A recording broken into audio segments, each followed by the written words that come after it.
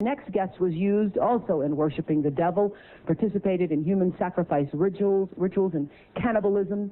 She says her family has been involved in rituals for generations. She is currently in extensive therapy, suffers from multiple personality disorder, meaning she's blocked out many of the terrifying and painful memories of her childhood.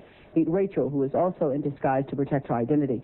You come from generations of ritualistic abuse? Yes, my family has an extensive family tree, and they keep track of who's been involved and who hasn't been involved. And it's gone back to, like, 1700. And so you were... Right. I was born into a family that believes in this. And does everyone else think it's a nice Jewish family?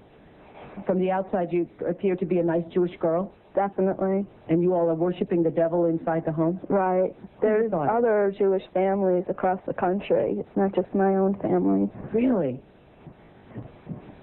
And so who knows about it? Lots of people now. I talked to a police detective in the Chicago area, and several of my friends know, and I've spoke publicly before. And so when you were brought up in this kind of evilness, did you just think it was normal? I've blocked out a lot of the memories I had because of my multiple personality disorder. But yes, I mean, it's like if you grow up with something, you think it's normal. Mm-hmm. I always thought something... So what kinds of things? You don't have to give us the gory details, but what kinds of things went on in the family? Well, there would be rituals in which babies would be sacrificed, and you would have to, you know... Whose babies? There were people who bred babies in our family. No one would know about it. A lot of people were overweight, so you couldn't tell if they were pregnant or not, or they would supposedly go away for a while and then come back. The other thing I want to point out, not all Jewish people sacrifice babies. I mean, no.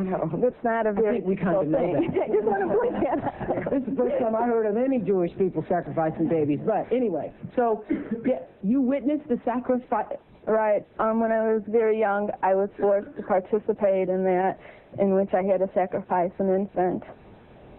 And the purpose of sacrifice is to what? Is to bring you what? What are you sacrificing for? For power. Uh-huh. Power. And so, were you ever used? Were you ever used yourself? I was molested. I was raped several times. Mm-hmm. And what's your mother doing? She's... In all of this? What's her role in all of this? I'm not exactly what her role is. I haven't, recovered all of my memories, but her family was extremely involved. Mm-hmm. She brought me to it. Mm-hmm. Both of my parents brought me to it. And where is she now? She lives in the Chicago metropolitan area. She's on the Human Relations Commission of the town that she lives in, and she's an upstanding citizen. Nobody would suspect her. Were you raised with a sense of right and wrong, Rachel? Yes.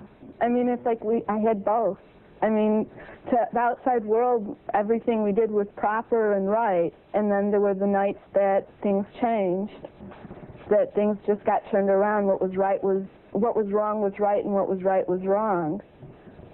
That's what helps to create somebody to develop MPD. Mm-hmm. Multiple personality. Right. Now, in your family, did you all call it worshiping the devil? No, Rachel? Or I don't know. It was just evil, these things you did. Right. Well, I said it was evil, and they said it was good.